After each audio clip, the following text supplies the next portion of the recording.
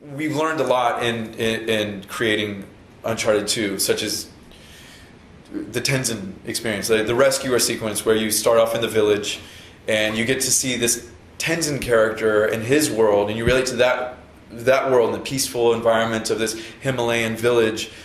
And then you go on this quest with this man who doesn't even speak your language. And you end up in this ice cave, and you see this man is capable, and you see that there's some humor between you, and you see like he can save you, and so you start building up sort of this relationship with him that you can trust him more and more. What man do you mean now?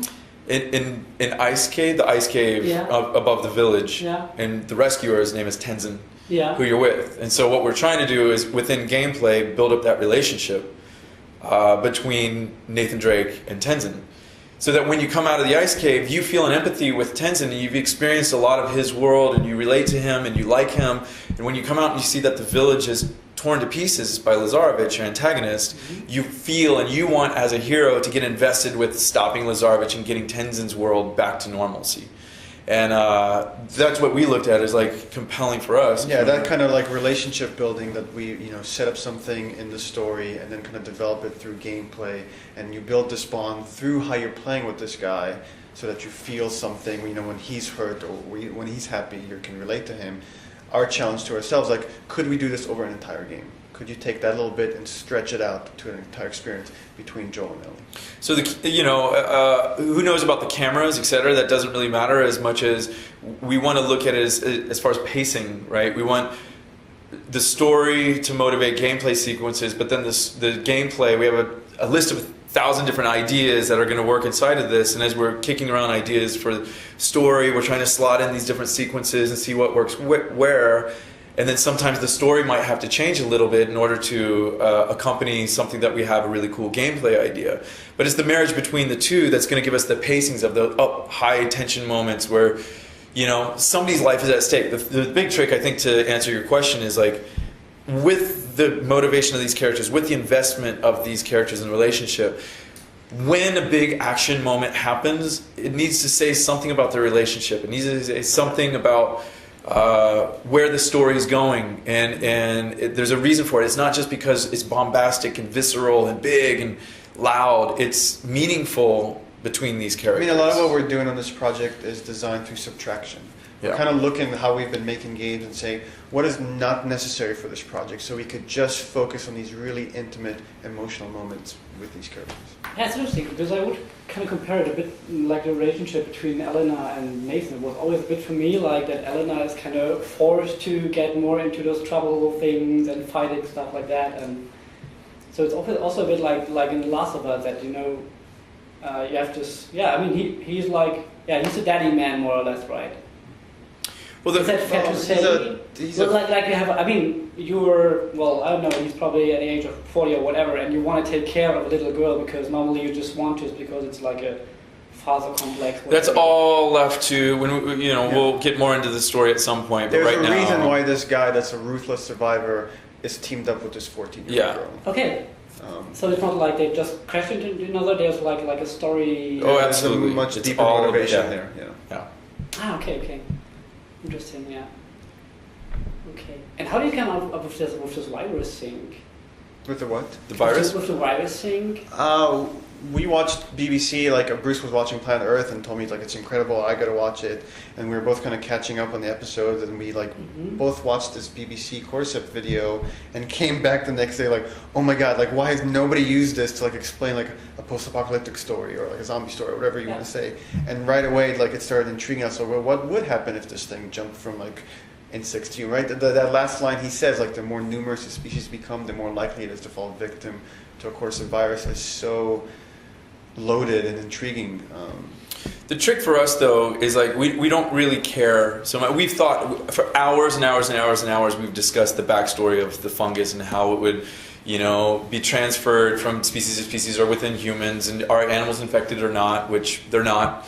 There's a lot of discussion for the backstory, but it's only to help to apply pressure to the characters. Yeah, we're not going to get into the standard video game sort of the conspiracy of the government withholding this specimen or like trying to create a super weapon that are these humans that they're going to launch onto some sort of Russian, So they want to really be realistic, right? Yeah, well, we don't want. Well, we want the focus to be on Joel and Ellie. Yeah, the focus shouldn't be on the infected or what happened or who was case 0 and how did it like propagate through the world and what happened to like specific countries. That doesn't matter to us. The world is in a certain state because this thing happened, and now these two characters have to deal with it. You'll see enough and play enough to understand that it's happening, and you'll get sort of like... You'll get hints. Different characters will have different theories of how everything happened. Yeah. But to us, the answer to that is not as important as what happens to Joel and Ellie. Yeah. I like this approach, because I think that was kind of fall down rage, because they had like this... You have those mutants, and they are like controlled by the government or whatever, and you don't understand it. Well, the thing we liked about the BBC video is it lets us kind of just ground it in reality, and people see it and like, I can kind of imagine how this. I see what's horrible thing happening to these insects. I can imagine what happens to humans, and then we kind of just got that out of the way. Now we don't have to focus on like, how did this thing start? How did it spread? Like it's like players can put that together, and we think players are smart enough. It gets in the way of the story. What we're trying to do is build up the relationship between these two people, and then if they have to sit there and all this exposition about their theories about like how this thing like transmits and blah blah blah. It's like, first of all, show don't tell, right? Show don't tell. Show the player. So if you see something happening in front of you, you see how they're behaving, etc. That's the best way we can communicate. Rather than this long exposition or some note that you find from a scientist in some like hidden lab that I get to read all their documentation. It's like, doesn't matter. It doesn't impact the characters or the world at all. We want to show don't tell and get the player into the experience. And then they should be closer to with Joel and Ellie. They're not scientists. They're not part of this bigger conspiracy, etc. So you as the player now empathize more with their scenario, which is like, sure, you can speculate, but you're just having to deal with day-to-day survival. How do you exist? How do you live? And there's this constant threat. What does that mean to these characters? So it's fair to say that they are not like the world savers. They are just on their own, more or less.